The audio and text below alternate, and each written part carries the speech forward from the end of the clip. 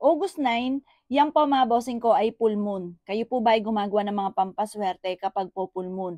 Mas may na mga bossing ko ay gumagawa ka ng mga pampaswerte, lalo na dahil may sasapit na ghost month para hindi tayo malasin. Ayaw natin ng kamalasan, puro swerte lang ang gusto po natin, di ba mga bossing? Kaya gawin niyo po ito. May na mga bossing ko sa August 9, magsisimula ang full moon ng 4:53 p.m. Eto po ay 3:53 PM. Pwede po ninyong gumawa na kayo kasi start na po ng full moon sa hapon. Pero kung gusto po ninyo sa mismo liwanag na sinag ng buwan sa full moon ng 7:00 ng gabi, pwede rin naman po yan. Kumuha ka ng isang mangkuka na asin, tapos humila ka ng timban tubig. Lagyan ito ng kapranggot na asin yung timban tubig. Tapos, habang hinahalo-halo nyo yung tubig, nagwi-wish ka. Ibibilad natin to sa sinag po ng buwan. Ngayon po mga bossing, habang ikinagwi-wish, sabihin nyo po dito, maalis na lahat ng mga kamalasan ko at puro swerte ang kakapit sa akin. Makakabayad na ako sa aking mga pagkakautang at lalayuan na ako ng mga tao na toxic sa buhay ko. Gagaling na ako sa aking karamdaman at hindi na ako muli magkakaroon pa ng karamdaman at magkakaroon ako ng mahabang buhay. Magwi-wish ka ng mula sa inyo pong puso, mga bossing ko ha. At pagkatapos mga bossing, eto po ibibilad nyo sa liwanag ng sinag ng buwan. Pagkatapos sa umaga, ipampapaligo nyo po siya. Yan ang ipampapaligo nyo na liwanagan. Nako, ewan ko na lamang ko ikimalasin pa. Ngayon darating na August 23, ghost month, matatapos ito na September 21. Kaya mas mainam mga bossing ko, kayo po ay gumawa ng ganito. Maglagay ka rin ng asin sa inyo pong ilalim ng higaan, sa harapan ng inyong tahanan, maglagay kayo sa inyo pong lamesa kung saan kayo kumakain, or kaya sa may salas, maglagay ka ng asin. Ako mga boss, dito sa lugar namin, dito sa bahay namin, kahit saan ka magpunta may asin. Kasi naniwala ko kasi sa asin na ito ay isa sa mga subok na napakaswerte mga bossing.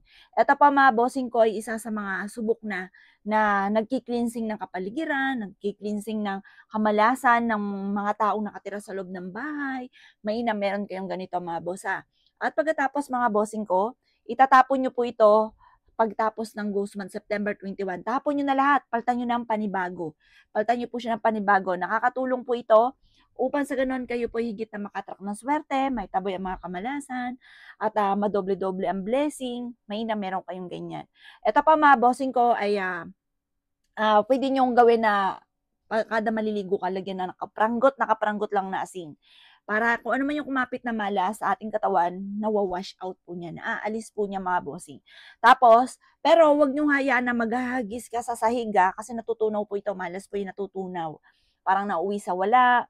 Meron akong kakilala dati mga bossing ko, pinagtrabahuhan pa po namin isang malaking restaurant. Tapos mga bossing ko, ewan ko ba bakit nagpapunsoy pa yung mismo may-ari. May nakapagpayo ba naman na nagpunsoy na ihagis yung nako, hindi ko sasabihin ko ano po yan. May tambalan yung asin at saka ito. Inihagis sa sahig. Kinabukasan, wala ng tao. Napaano ko, napangibit ako. Hindi naman ako pwedeng magpayo kasi hindi naman nila ako pakinggan kasi iniisip nila, sino ka ba? Wala pa akong may pagmamalaki. Ganun. Yung mayayaman, hindi nakikinig diyan sa mahihirap. Yan, hindi naman lahat. Hindi ko sinasabing lahat mga bossing ko, pero yung nakilala ko, ganun mga bossing. Siya, hindi ako pwedeng magsalita. Yung nalalaman ko, kasi kawikaan, bago ako magsalita, magpayaman muna ako, di ba? Bakit sila maniwala sa akin? Mahirap pa nga ako noon mga bossing.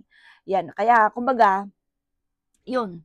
Kaya, kumbaga, napangibit ako. Kaya, huwag niyo pong gagawin. Kaya, pinapayo ko po sa inyo, huwag niyo gagawin. Na, eto, isasabog sa sahig. Pwede po siya sa mangkok. Kasi, pag ito'y natunaw, sa mangkok lang. Hindi po yan sa sahig. Pero kapag ganyan ang mga pangyayari, na kapag na sa sahig, tapos feeling nyo minamalas ka, pero kung sinuswerte ka, good for you. Pero kung minamalas ka, ang gawin nyo po, kumuha ka ng isang timbang tubig, buhusan nyo ito ng local na suka. Itodo nyo na. Yung local na suka, yung 1.5, yan, itodo nyo na sa timbang tubig. Ibuhos nyo po yan dyan, hayaan siya kung saan mo tuyo. Para maalis ko ito nga po yung asin na natunaw. O siya mga boss, kinaniwala sa mga mga pamamaraan na gawin nyo po ito August 9. Yan magsisimula po mga bossing ko ang ghost month na 3:43 PM. Pagtapos, pwede nyo itong gawin na 7:00 ng gabi. Basta pili ka na lang kung alin po dyan. Basta full moon nyo siya gagawin. Kasi nga po may mag-ghost month sa August 23, matatapos ito ng September 21. O siya mga boss, ingat po kayo lahat.